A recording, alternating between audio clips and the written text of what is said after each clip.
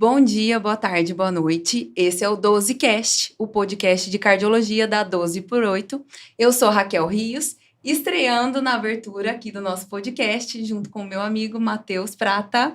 Muito bom, Raquel. Sabe que tem muito tempo que eu não tenho uma voz feminina abrindo o Vocês podcast. gostaram? Né?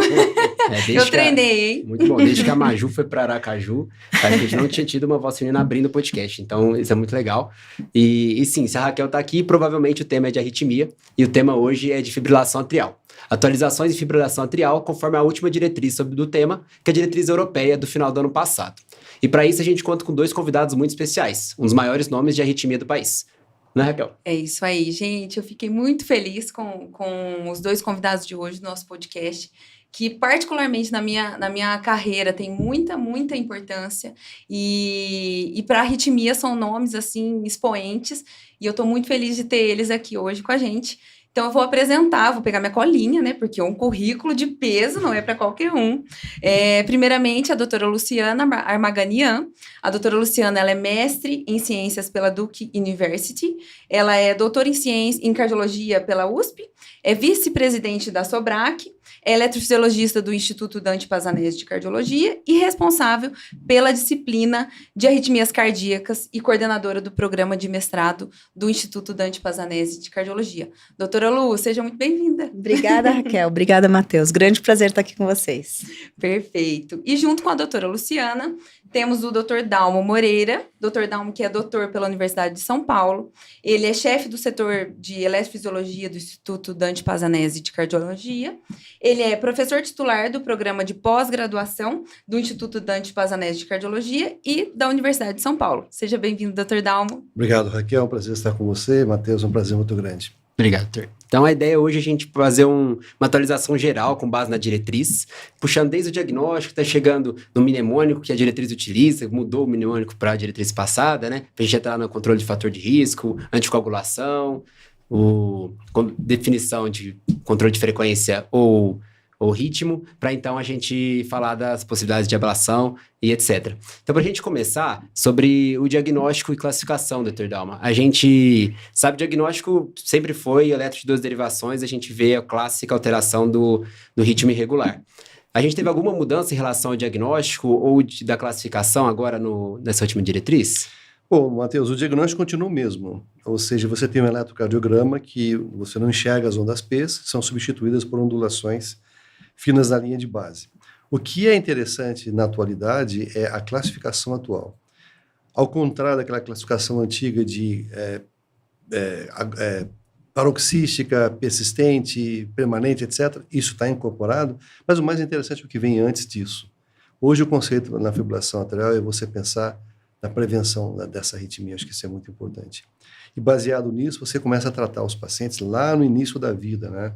Na faixa dos 25, 30, 40 anos, quando o paciente apresenta seus fatores de risco, como diabetes, como hipertensão, obesidade, consumo de álcool, consumo de tabagismo, por exemplo, apneia do sono, etc. Então, essas coisas todas devem ser identificadas precocemente com o objetivo de você evitar que ocorra o remodelamento do átrio, evitar que ocorra uma atividade inflamatória que começa já a fazer pontos de fibrose no tecido atrial, que já é um passo bem avançado para a fibrilação atrial aparecer. Então, no primeiro dado, seria a classificação tipo 1A, que seria exatamente essa condição. Identificar o paciente com fator de risco. O segundo passo é você ver as consequências que esses fatores de risco causaram nesses pacientes. Ou seja, esses pacientes, eles deixaram não somente de ter, eles apresentaram não somente os fatores de risco, mas começaram a ter o remodelamento propriamente. Dilatação da câmara atrial, por exemplo, alteração da onda P no eletrocardiograma, começa a apresentar aí muitas ectopias atriais, taquicardias atriais. Nessa condição, fica muito claro para a gente que aqueles fatores de risco identificados lá atrás já gatilharam um sistema para poder fazer aparecer uma arritmia que deverá se prolongar se você não tratar esse paciente adequadamente. No terceiro ponto da classificação seria a fibrilação atrial paroxística, na qual você tem já a descrição de uma fibrilação atrial com durações variáveis, pode durar até 48 horas eventualmente. Mas o que marca a FA paroxística é a reversão espontânea. É a condição clínica na qual o paciente reverte a arritmia sem nenhuma intervenção. Se nada for feito, apesar de identificado nesse caso, esse paciente progride para uma fibrilação arterial mais prolongada, que é a fibrilação arterial persistente, aquela que dura mais de 7 dias, até 1 ano, eventualmente. Esse é o tipo da condição clínica na qual o paciente muitas vezes não sabe que tem arritmia, ele vai no médico e encontra a arritmia, e aí a terapêutica tem que ser a intervenção médica, ou por meio de cardioversão química ou cardioversão elétrica, ou seja, a arritmia não reverte mais espontaneamente. Tal é o grau de remodelamento que esse ato já apresenta. Se mesmo tratando esse paciente, mesmo o paciente sabendo que tem, ele não quer ser tratado eventualmente, ele transforma essa fibrilação arterial numa fibrilação arterial permanente. É aquela que não responde a nada, é aquela que o paciente simplesmente não quer fazer absolutamente nada pelo tratamento e ele quer viver em fibrilação arterial. No meio da fibrilação arterial persistente e a permanente, existe uma fibrilação arterial de longa duração que foi classificada com o advento praticamente da ablação por radiofrequência, que mostrou que mesmo fibrilações arteriais com 1 ou 2 anos de vida pode ser, ter o seu ritmo, o paciente pode ter o seu ritmo estabelecido por meio da ablação por catéter.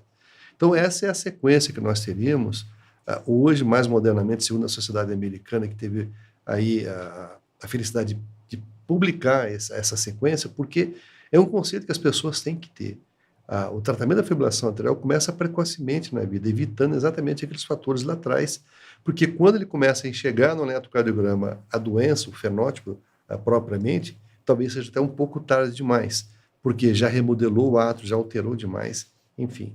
Essa seria a sequência que nós sempre preconizamos perseguir no tratamento desses pacientes. É a velha história da ponta do iceberg, né? Que a gente está vendo só o final de toda essa escada. Exatamente. Quando você vê o eletrocardiograma, que eu sempre costumo falar, né, que a única condição clínica na qual a fibrilação arterial é igual para todo mundo é no eletro. Tá certo? Mas por baixo tem um monte de coisa que difere os pacientes entre si, né? Uns têm mais apneia do sono, outros têm mais diabetes, hipertensão, por exemplo, miocardiopatia, etc. Então é muito importante não esperar o fenótipo aparecer.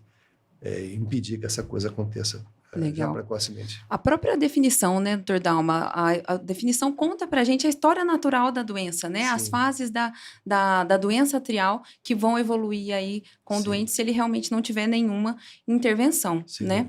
Muito legal. E o que o senhor me diz aí em relação a novas formas da gente conseguir pensar em fazer diagnóstico da fibrilação atrial? Esse é um ponto que a diretriz bate bastante pra gente, né? A princípio que a gente ia era eletrocardiograma, mas hoje com a tecnologia, o que a gente pode ter a mais aí para pensar no diagnóstico? Isso gera muita dúvida no consultório, né, de quem está começando, o paciente chega com os dispositivos, né, os wearables, smartwatch, diagnosticam FA ou pelo pulso ou pelo eletro, será que isso tem diferença? Veja, para você fazer o diagnóstico da fibrilação arterial, primeiro você tem que pensar na fibrilação arterial. Você tem que imaginar que o paciente seja um potencial, um eventual portador de risco para essa arritmia.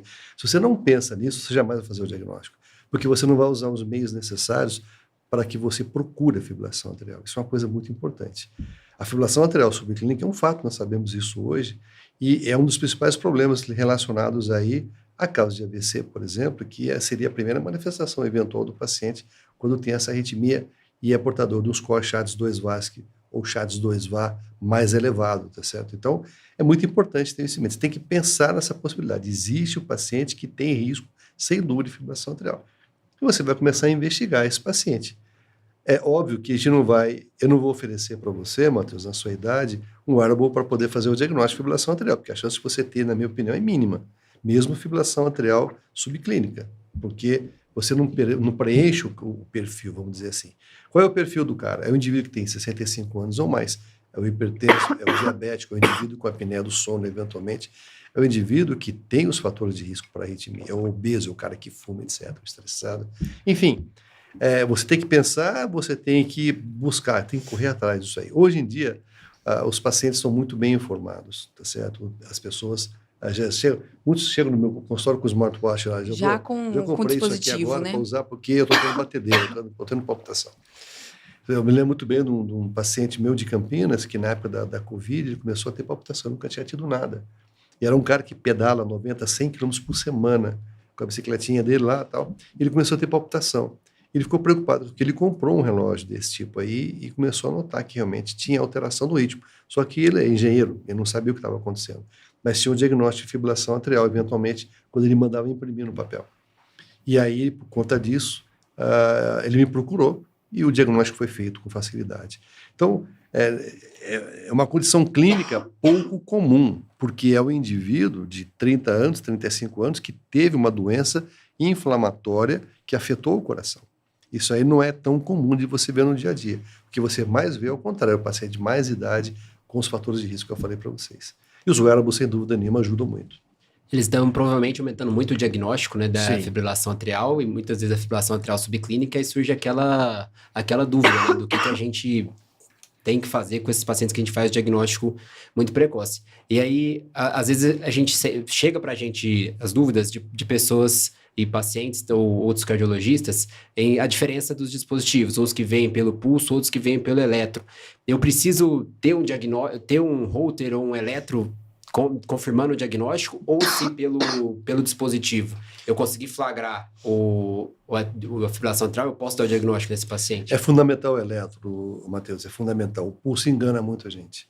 Você pode ter alguma suspeita de, eventualmente, você encaminhar um paciente para fazer um eletro ou outro, porque você nota o pulso alterado. Mas o pulso não dá o diagnóstico para a gente, infelizmente. Ele perde muito para a detecção ou pelo relógio, então por um eletrocardiograma, qualquer sistema de monitorização.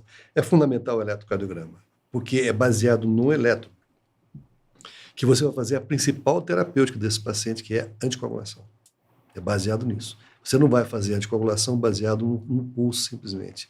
Eu me lembro muito bem que alguns anos atrás tinha aqui no Brasil a visita do Dr. John Kem. Ele era um defensor árduo do Protect Your Brain, Check Your Pulse. Ou seja, proteja seu cérebro e cheque seu pulso periodicamente. O checar o pulso leva você a encaminhar o paciente para fazer um exame que registra a atividade elétrica. Só pelo pulso não dá para você fazer absolutamente nada.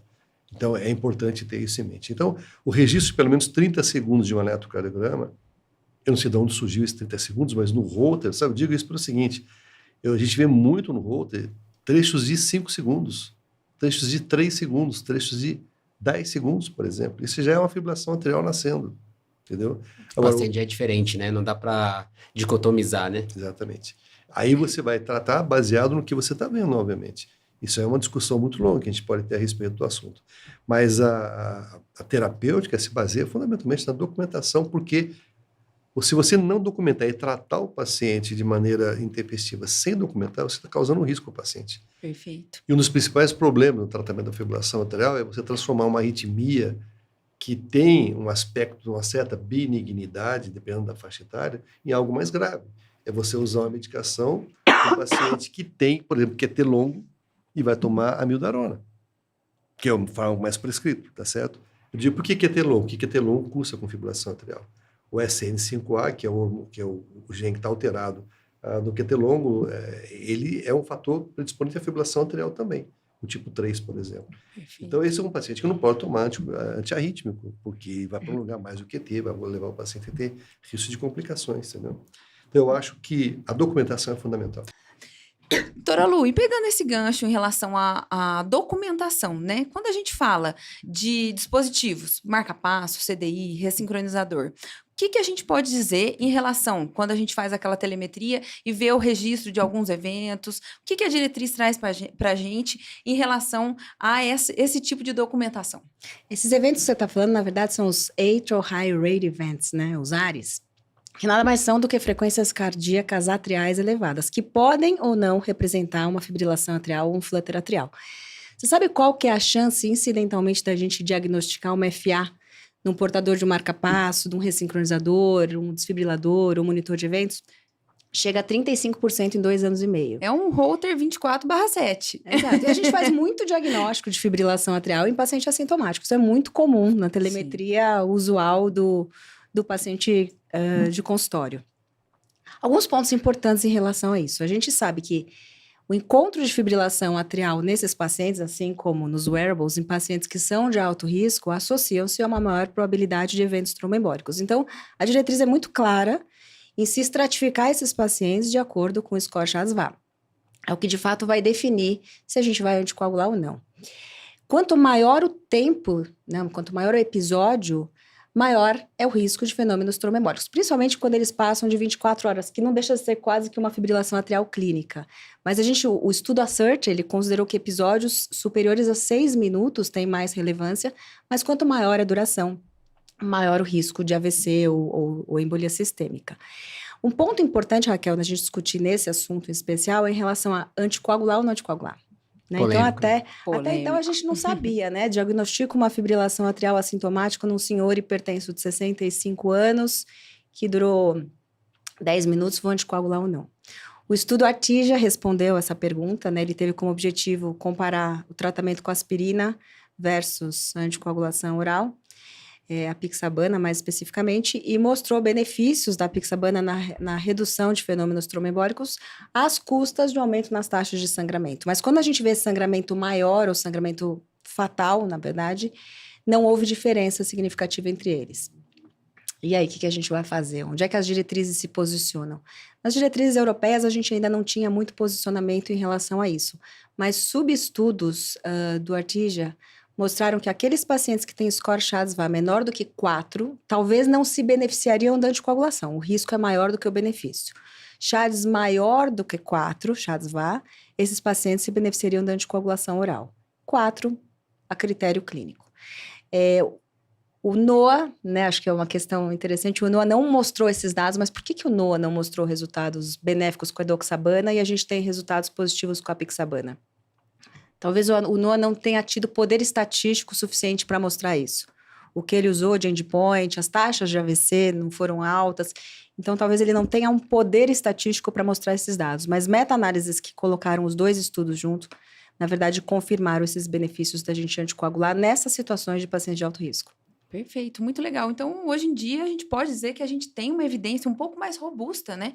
Para a gente já conversar de anticoagulação para esses pacientes. Muito legal. Perfeito. Acho muito interessante essa monitorização que os dispositivos fazem e o que ele traz de informação para a gente sobre fibrilação atrial, né? Que provavelmente mostra o tanto de fibrilação atrial não diagnosticada que a gente tem nessas populações de risco, né? Que são pacientes, por exemplo, portadores dos dispositivos.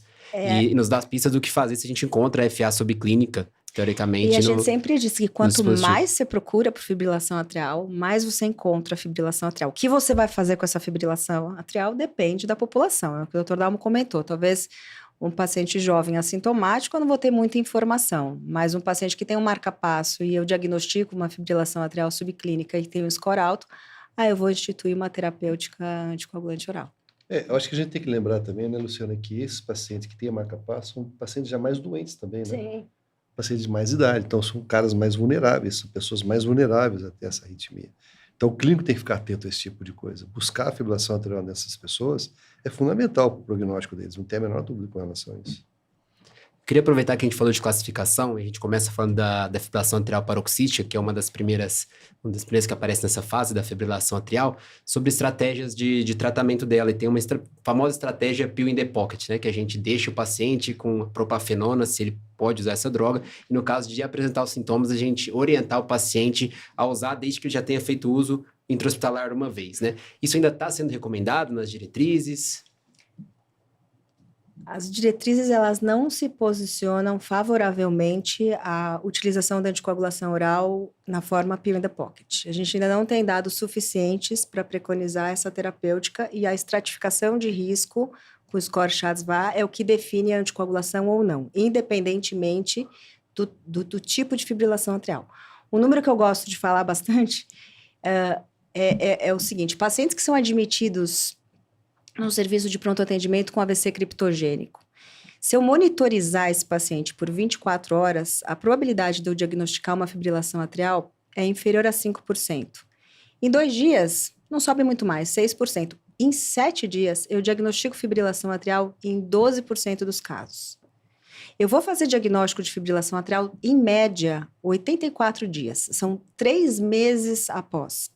Apesar de eu ter certeza que aquela fibrilação atrial foi secundária, que aquele AVC foi secundário a uma fibrilação atrial num paciente de alto risco, eu demoro para fazer diagnóstico.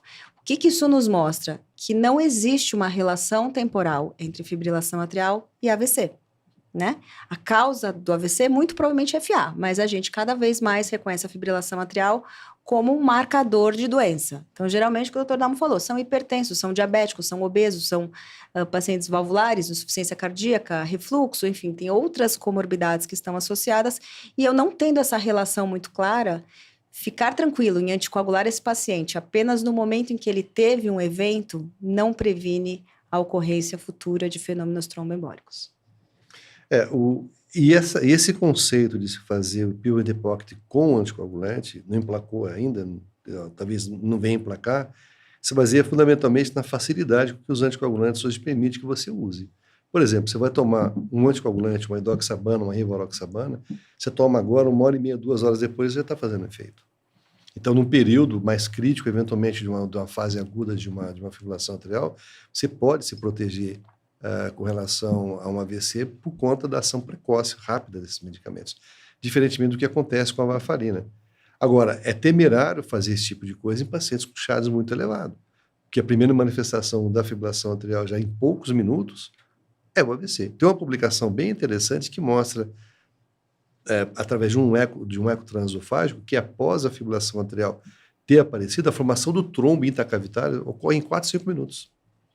É bem interessante isso aí.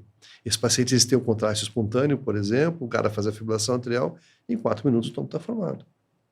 Se corta o dedo, por exemplo, coloca o seu sangue em cima da bancada, ele está coagulando em 2 minutos, 2, 3 minutos. É óbvio que a situação é diferente.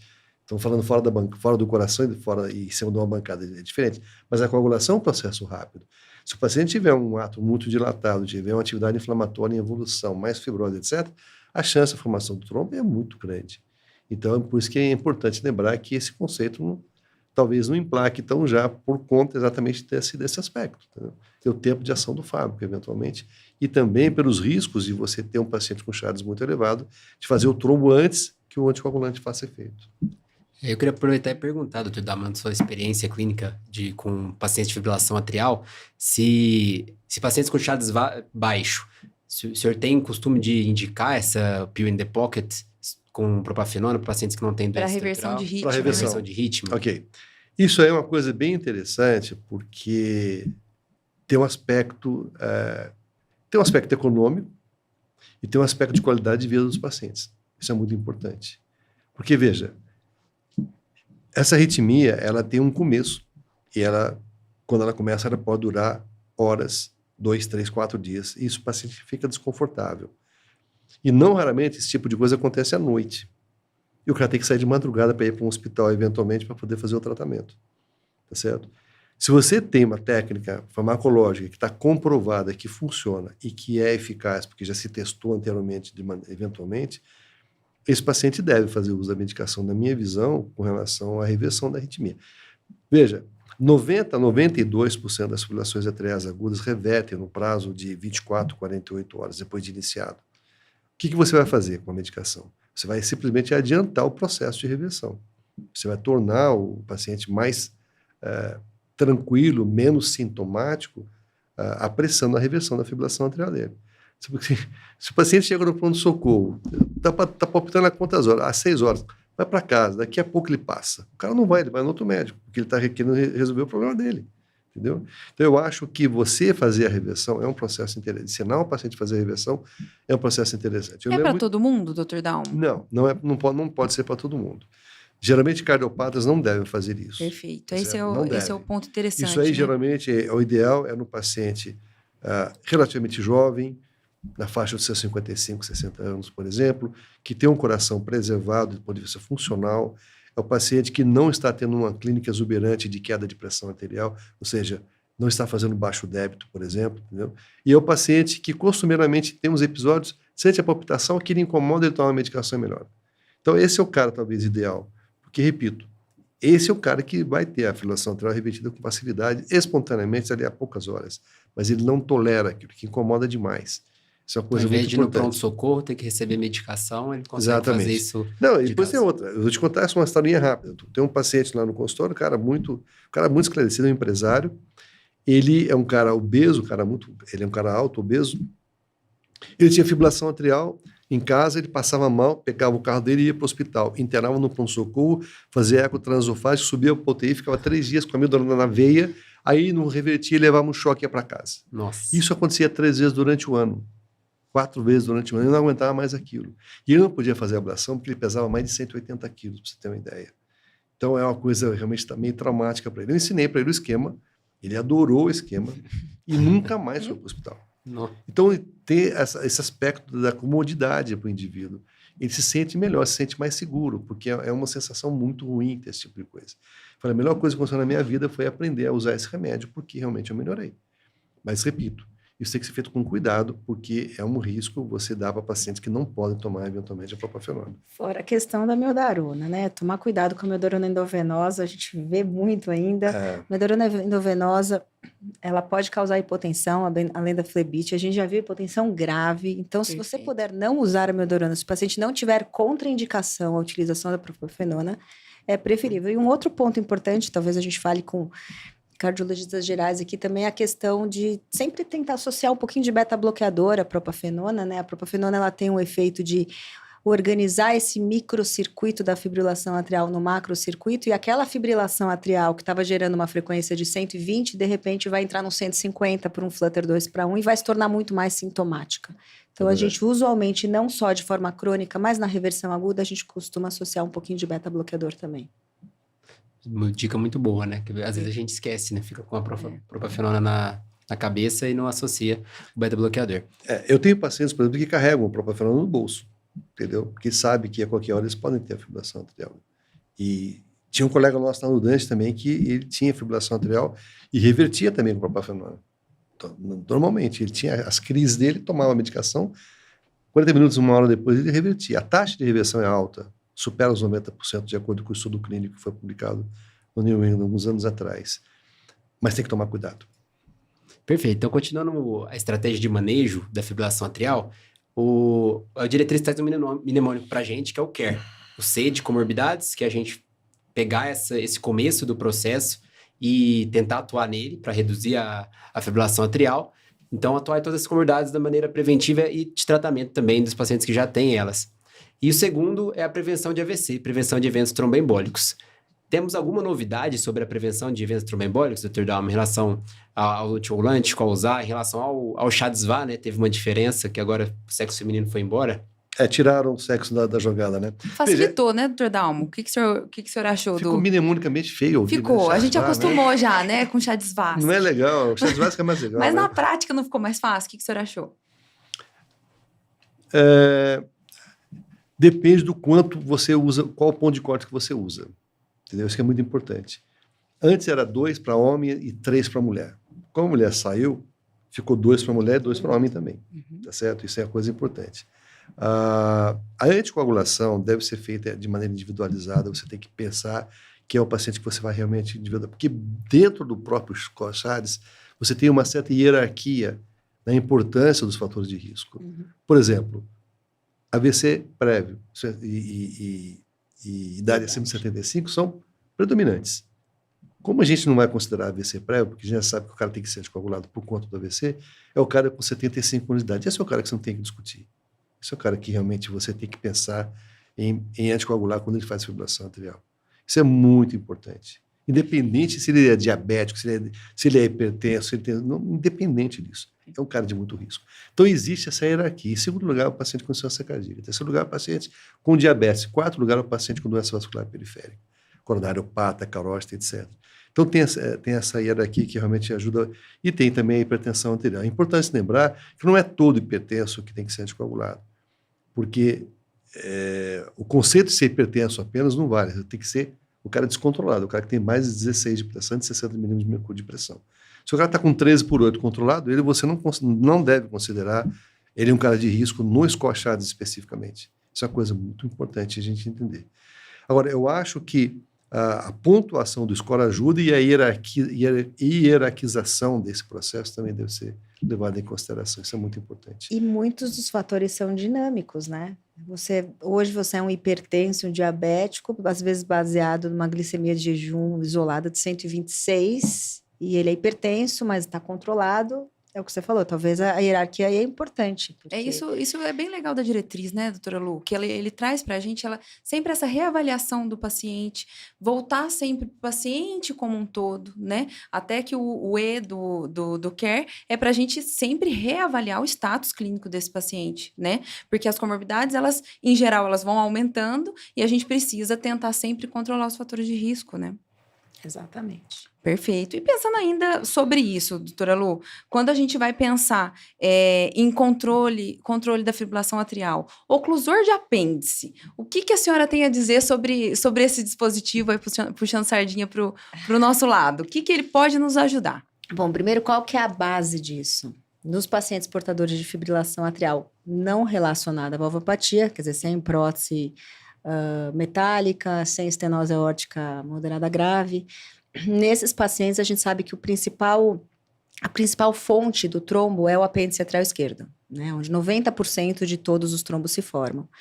Então, essa alternativa surgiu, baseado nessa fisiopatologia, com a colocação de algumas próteses específicas, né, fechando especificamente essa estrutura, e vários foram os estudos que, ao longo dos anos, de fato, comprovaram os benefícios da oclusão do apêndice. Hoje a gente sabe que ocluir o apêndice é pelo menos não inferior ao uso da anticoagulação oral, isso foi testado tanto quando comparado com a varfarina quanto com os DOACs, em longo prazo ela traz benefícios em relação à redução de sangramento. Claro, se eu estou fechando o apêndice e eu não vou anticoagular em longo prazo, eu não vou sangrar menos, né, quando a gente está falando aí de um tempo mais prolongado.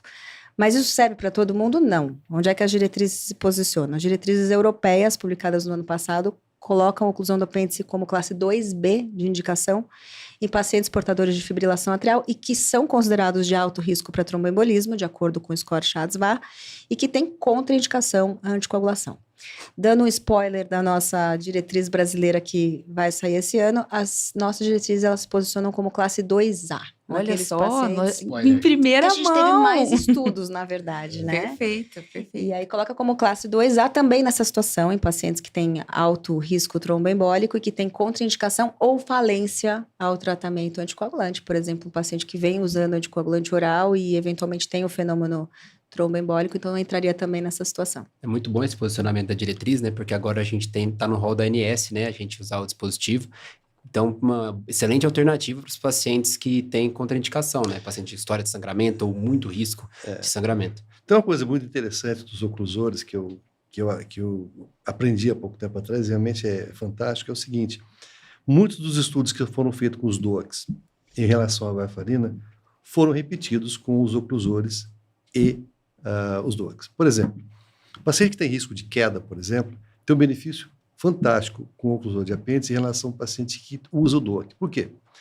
Se o paciente que usa DOAC cai e bate a cabeça no chão, ele vai sangrar, tá certo? O cara que faz o AVC, faz a queda no chão em vigência do oclusor de apêndice, ele não tem tanto risco assim. Por quê? Ele não está anticoagulado. Entendeu o raciocínio? Bem interessante isso. Outra coisa legal.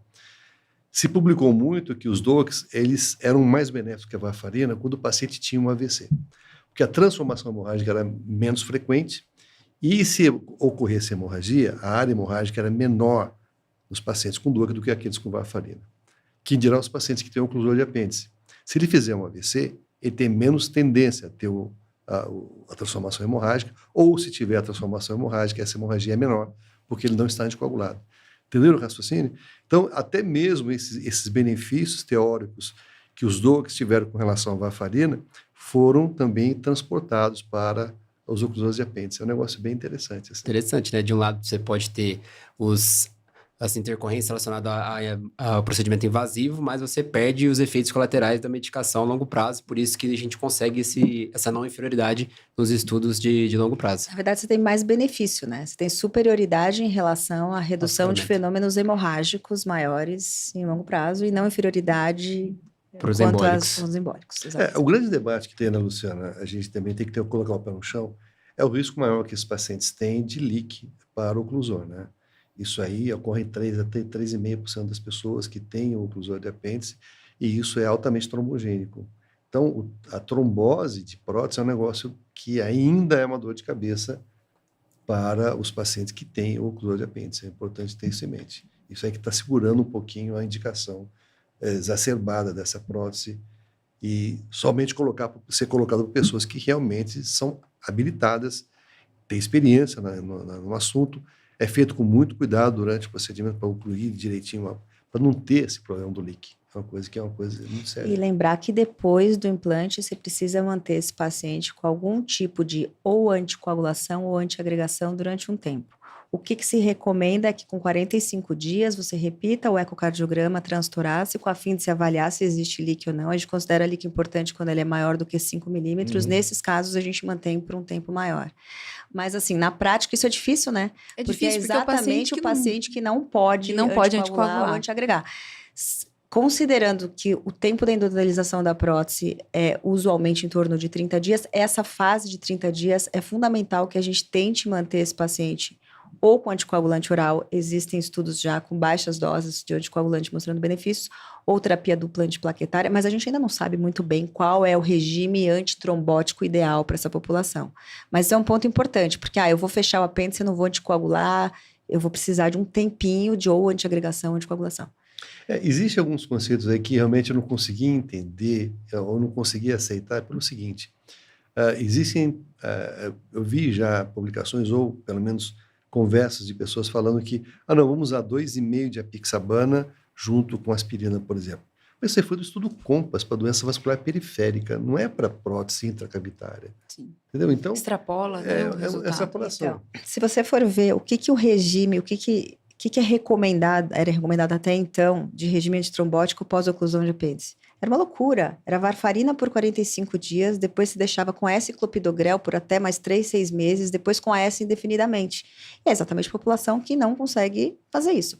Se você analisa, tem registros com um número enorme de pacientes, mostrando que a percentagem de médicos que de fato replica, né, esse tratamento é super baixo. Cada um faz o que quer. Por quê? Porque a gente ainda não tem estudos mostrando qual é o melhor regime. Se eu vou usar anticoagulante oral com uma dose baixa, se eu devo usar clopidogrel, se eu devo usar S, por quanto tempo, tem vários estudos em andamento.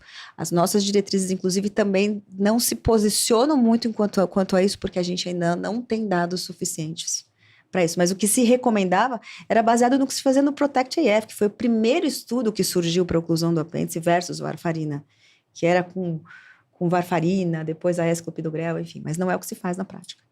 Fica a mensagem, né, de se a gente for indicar algo, a gente tem que pensar em relação à anticoagulação ou antiagregação. Por um tempo curto, pelo menos. De 30 a 45 dias. E aí você individualiza, dependendo do risco de sangramento desse paciente. Exatamente. Agora, partindo para o próximo mnemônio, que é o R, de reduzir sintomas. E aqui a gente entra naquele famoso embate, controle de ritmo versus frequência, que a gente quer cada vez tirar um contra o outro, né? E deixar tudo estratégias para o nosso paciente. Sendo que a gente está levando naquela máxima que tentar restaurar o ritmo sinusal pode ser melhor, principalmente no começo, né? A gente tem alguma novidade em relação a isso? Existem informações bem interessantes a respeito dessa história. Eu acho que esse é o tipo do assunto que não cabe mais em congresso, por exemplo, porque as duas condutas são apropriadas dependendo do tipo de paciente que você está lidando, entendeu? Uma não exclui a outra, né, Dr. Daum? Não exclui. Acho que essa é a chave, né? diferentes, né? Às vezes você precisa controlar a frequência. O controle da frequência cardíaca, por exemplo, já causa uma taxa de redução, de reversão de fibrilação arterial que não é pequena. Por quê? Quando você controla a frequência cardíaca, particularmente com beta-bloqueador, você tira um estresse muito grande, que é a atividade simpática elevada. Nessa condição de você reduzir o simpático do paciente, você já reduz aí grande chance desse paciente ficar óligo ou assintomático. Melhora a pressão pulmonar, melhora o esvaziamento arterial, melhora o esvaziamento ventricular, o paciente melhora clinicamente. E essa condição predispõe o paciente a uma reversão espontânea em vigência do controle da frequência cardíaca. Então, as pessoas têm que pensar que controlar a frequência cardíaca é uma conduta viável, sim, numa fase inicial do tratamento. Sem dúvida nenhuma, eu quero ter a minha onda P até o dia que eu morrer. Todo mundo quer ter essa onda P para chamar de sua, tá certo? A onda P é muito... Eu sempre falo, a onda P é a onda mais importante do ser vivo. Ser vivo. Por que do ser vivo? Porque o paciente que morre, ele pode ter algumas horas ainda a onda P no eletrocardiograma, mas não tem mais QRS. Você entendeu isso aí? Isso aí vem do meu aprendizado nas práticas com animais que a gente fazia, e a minha tese foi em cima de modelo experimental de fibrilação arterial. No sacrifício da eutanásia dos cães, por exemplo, O ato continuava batendo durante 10, 15, 20 minutos. E tinha onda P no traçado. Entendeu? Então, isso que eu falo, a onda é a mais importante, é a onda que realmente vale para você se manter vivo eventualmente, por alguns minutos, pelo menos. Mas veja, o que é importante lembrar é que existe sim lugar. As pessoas têm que entender que controlar a frequência aumenta a chance de reversão espontânea. Tanto é que tem um estudo no New England muito interessante que comparou as duas estratégias de reversão reversão precoce versus reversão tardia, no sentido de manter mais ritmo sinusal lá na frente. O que eles fizeram? Eles pegaram 2 grupos de pacientes, um grupo recebeu calibração precoce, droga, etc, etc, e outro grupo, não, pera um pouquinho, vou te controlar a frequência e vai reverter no ambulatório. O que eles viram depois lá? 70% dos pacientes que fizeram o controle da frequência cardíaca apenas reverteram espontaneamente. 70%. Tá certo?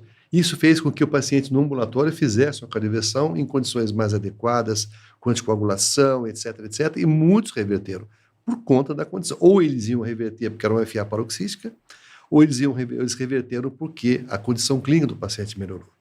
Então, não é de todo errado você fazer controle clínico da fibrilação. Aí você, no segundo tempo, vai julgar se vale a pena ou não fazer a ablação, fazer uma terapêutica agressiva, choque com fármaco, depois você vai manter ritmo, então, se tiver recorrência, faz uma ablação. Isso é uma outra história. Mas a conduta inicial de controlar, na minha opinião, é extremamente muito bem-vinda. Legal. Isso aí não deixa pra gente a mensagem de que realmente uma coisa não exclui a outra, Não. mas a gente sempre tem que buscar, né, Dr. Dalma? É muito Sim. importante que a gente busque, né? Veja, aquele estudo que foi feito comparando aí a reversão versus não reversão da fibrilação, então, um estudo europeu que avaliou com relação objetivamente a prognóstico dos pacientes, que mostrou que os pacientes que foram revertidos precocemente tiveram uma evolução melhor. Quando eles foram tabular os pacientes durante a evolução, eles viram que aquele grupo de pacientes que não recebeu reversão precoce, no meio do estudo, 65% deles estavam em ritmo sinusal. Perfeito. Você está entendendo? Sim. Então, existe essa possibilidade. Essa história da fibrilação arterial, de repente, desaparecer e o ritmo sinusal entrar, é um fato. As pessoas têm que entender. Tanto é que hoje, os critérios de sucesso de ablação não são mais 0 fibrilação arterial, não. Eu tinha 5 episódios de FA no mês, hoje eu tenho 1 a cada 3. Excelente. É a tá redução bom do demais. burden, né? De FA, A carga. isso. Tá bom Falando demais. nisso, hein, doutora Lu, sobre a ablação, né, que o Dr. Dalmo já pegou esse gancho. A diretriz trouxe alguma coisa pra gente de algum grupo específico que ganhou mais espaço para o procedimento? O que a gente tem aí? Bom, a ablação continua sendo terapêutica de primeira linha naqueles pacientes portadores de fibrilação atrial paroxística, se são sintomáticos, refratários ou não a tratamento antiarrítmico, ou mesmo desejo do paciente. Com qual objetivo? Da gente melhorar a qualidade de vida, a gente diminuir progressão para fibrilação atrial persistente e diminuir recorrência. Isso como classe 1A, né, igual à diretriz anterior. Classe 2B, para as mesmas situações, mas para uma fibrilação atrial persistente. Aonde quem ganhou mais espaço nessa diretriz? Fala-se muito mais agora em insuficiência cardíaca e ablação, baseado nos diversos estudos clínicos, né, mostrando benefícios da ablação nessa população. Especificamente em 2 situações, então, naqueles casos nos quais a gente acredita que a disfunção ventricular seja secundária à fibrilação atrial de difícil resposta, difícil controle, que é o que nós denominamos como taquicardiomiopatía. Então, a gente sabe que a fibrilação atrial pode causar insuficiência cardíaca e a insuficiência cardíaca causa fibrilação atrial. Nos casos nos quais a gente acredita que a disfunção é secundária à fibrilação atrial, então a ablação aí ganha bastante espaço. E também em pacientes com ICFR, né? Então, fala-se muito hoje. Por quê? Porque a gente sabe dos benefícios da ablação em relação à melhora de sobrevida, né? Redução de mortalidade e diminuição de hospitalização por insuficiência cardíaca. Então, nessa população, a gente procura pelo ritmo sinusal. Lógico que a gente deve individualizar. Não é aquele paciente com fibrilação atrial de 10 anos, com átrio esquerdo gigante, assintomático, porque ele tem disfunção ventricular, eu quero reverter para o ritmo sinusal, porque restabeleceu a onda P, vai ser benéfica nesse caso. Não, a gente deve individualizar, mas a insuficiência cardíaca entrou aí com mais força nessa diretriz. Perfeito. O ganho do débito atrial, né? A ajuda do débito atrial veio com muita força nessa diretriz, né? Para a gente respaldar a ablação nesse nicho de pacientes, né? E realmente com melhora de qualidade de vida. Então, isso daí foi bem interessante. E mais do que só melhora da qualidade de vida em pacientes com disfunção ventricular, diminuição da hospitalização e diminuição de mortalidade. Perfeito, ótimo. A gente teve, mantendo, né, aquela indicação forte do paciente com FA paroxística em relação à ablação, né, no paciente sintomático. Aí eu queria perguntar para vocês em relação do paciente assintomático, né, que aparece com FA paroxística, muitas vezes ele até procura esse procedimento, né, para não ter mais. Existe alguma recomendação de paciente com FA paroxística assintomática da gente tentar fazer a ablação para impedir esse paciente de ter a FA? Olha, Matheus, o conceito importante que eu tenho com relação até a onda pianoeletro é você não cronificar a fibrilação atrial. Por que você quer ter onda pianoeletro? O cara não ficar em FA a vida toda.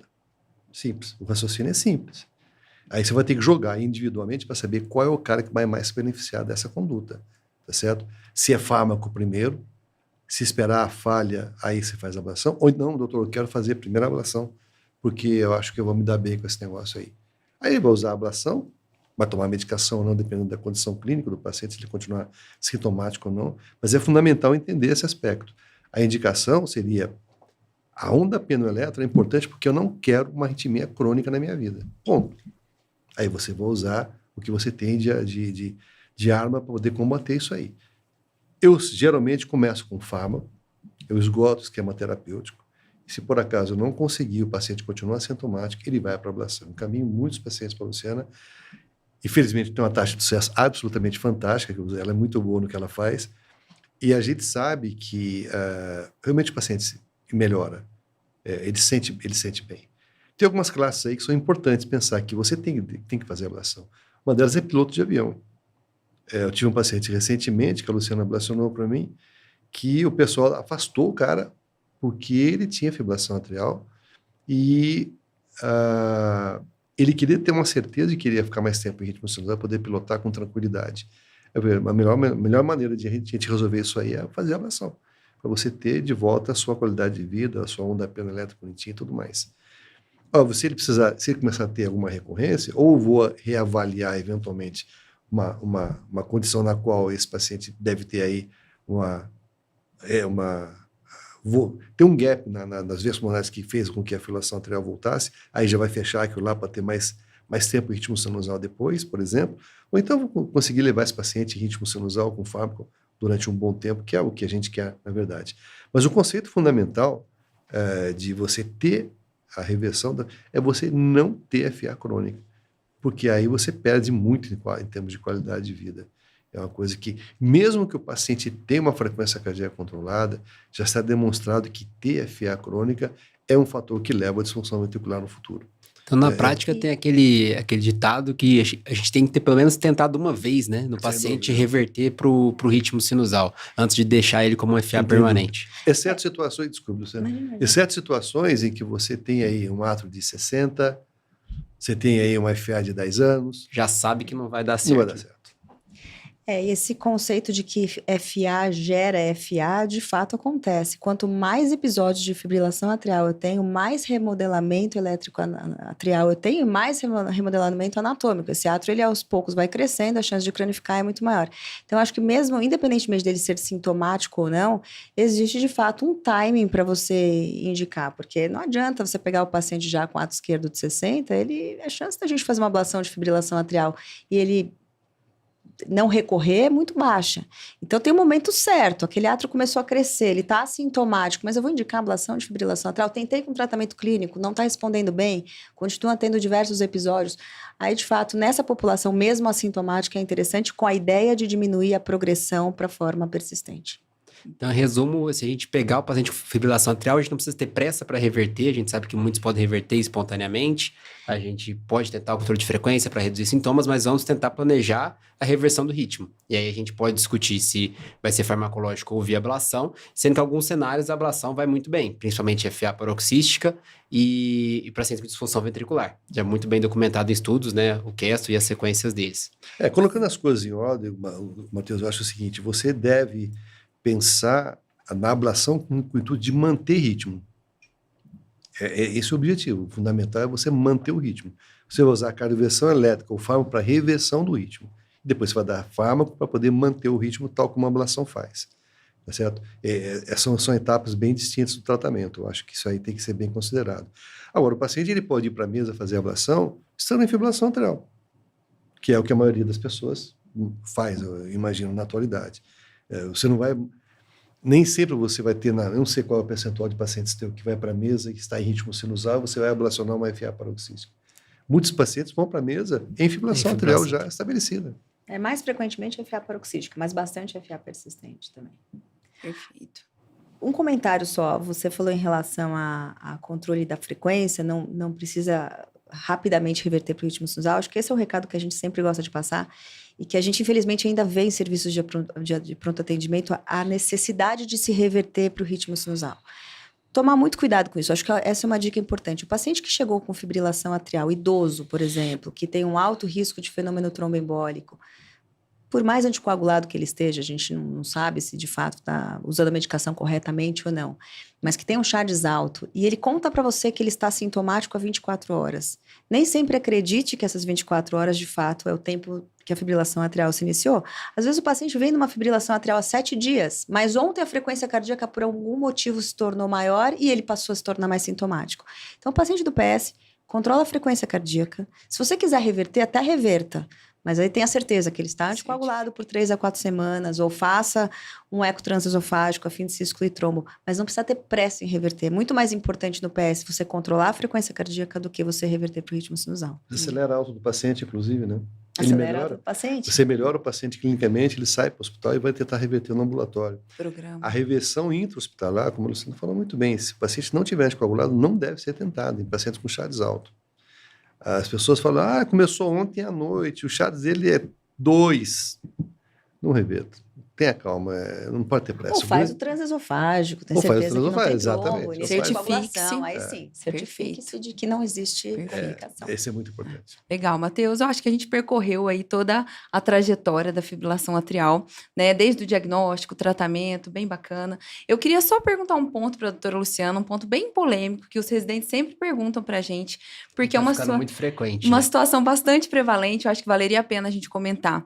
O paciente com AVC, você fez um diagnóstico de um FOP. Você fica tranquila, doutora Lu, de fazer uma oclusão, né? Fechar esse FOP e ficar tranquilo? Ele pode ficar sem anticoagulante? Vamos conversar um pouco sobre isso. Claro. Bom, sabe qual que é a prevalência de FOP em autópsia? 35%. Sabe quantas pessoas no mundo inteiro têm FOP? Mais de 2 bilhões de pessoas têm comunicação, têm shunt direita e esquerda. Será que todos os AVCs nessa população que tem FOP, de fato, existe uma relação causal entre o FOP e o AVC? Então, um ponto importante. Primeiro, a gente precisa estratificar. Existem formas da gente avaliar esse FOP e definir se ele é de mais ou alto, mais baixo ou mais alto risco. Por exemplo, dependendo da quantidade de microbolhas que a gente tem, 3 ciclos cardíacos, quer dizer, o eco consegue nos dar algumas informações em relação a isso. Se você tiver, por exemplo, uma válvula de Eustáquio muito proeminente, uma rede de Chiari muito proeminente, tiver aneurisma de septo interatrial, então tem algumas formas de você estratificar esse FOP como de mais alto risco ou não. Mas qual que eu acho que é o ponto principal? Em pacientes acima de 65 anos, sempre procure por fibrilação atrial. Porque a relação causal não é muito clara com FOP nessa população. Então, existem estudos mostrando que fechar o FOP em jovem, sim, vai trazer benefícios em relação à redução de fenômenos embólicos. Mas, primeiro, a chance de eu fechar o FOP num paciente idoso e dali a alguns meses eu fazer o diagnóstico de fibrilação atrial é muito alta. Né? Então, a gente precisa, de fato, procurar por FA. E o que se sugere, isso não é posição da diretriz, mas tem posicionamentos de avaliações, posicionamentos de especialistas dizendo que nessa população acima de 65 anos, o ideal é a gente implantar um monitor de eventos. O paciente teve um AVC, diagnostiquei FOP, coloca um monitor de eventos, porque a chance de eu diagnosticar a fibrilação atrial e eu instituir a terapêutica anticoagulante oral é grande. Perfeito. Acho que o recado maior é esse, é estratificar de acordo com a idade. Seria muito simplista da nossa parte colocar a culpa no FOP num cara idoso, obeso, hipertenso. Então, tem cara de que vai ter uma FA por ali e pode ser ela a culpada pelo AVC e não só o FOP, né? Veja que tem gente, inclusive tem colegas, tem médicos, tem cientistas que até duvidam que essa possibilidade de trombose e de AVC por FOP é válida. Porque imagina, no FOP você tem fluxo esquerda-direita. Para começar a história. Para você fazer um trombo da direita para a esquerda, você tem que ter uma condição na qual você tem um aumento grande de pressão arterial direita Uma inversão do shunt, para né? inverter o shunt Que não é o e habitual. levar o trombo e subir lá, ir lá para cima. Certo? Então, é muito importante pensar nisso. Tem pessoas que, não, esse negócio é bobagem, não tem nada a ver. Isso é comércio de oclusor, vamos chamar assim, para fechar septo. Porque, na verdade, o que acontece é o seguinte, até mesmo a terapêutica é controvertida com relação à anticoagulação e aspirina. Tem publicações mostrando que a aspirina vai muito bem nesses casos, ao invés de fazer anticoagulação, por exemplo. Então, existe muita coisa, muito mistério envolvido, e a Luciana falou muito bem.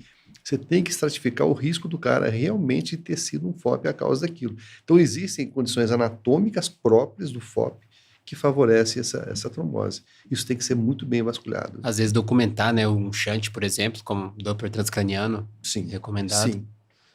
Bom, então acho que ficou muito interessante, né? Essa conversa rápida que a gente teve sobre fibrilação atrial. E a ideia era justamente trazer algumas atualizações, fechando com um pouco de FOP. A gente queria agradecer a presença de vocês de novo, em nome da 12x8 e dos nossos ouvintes. Se tiverem alguma mensagem final que quiserem deixar para os nossos ouvintes. É a onda P, em busca da onda P. Você Essa não é a tem a mensagem. menor dúvida. Não tem a menor dúvida. A onda P é tudo que a gente quer, sem dúvida nenhuma.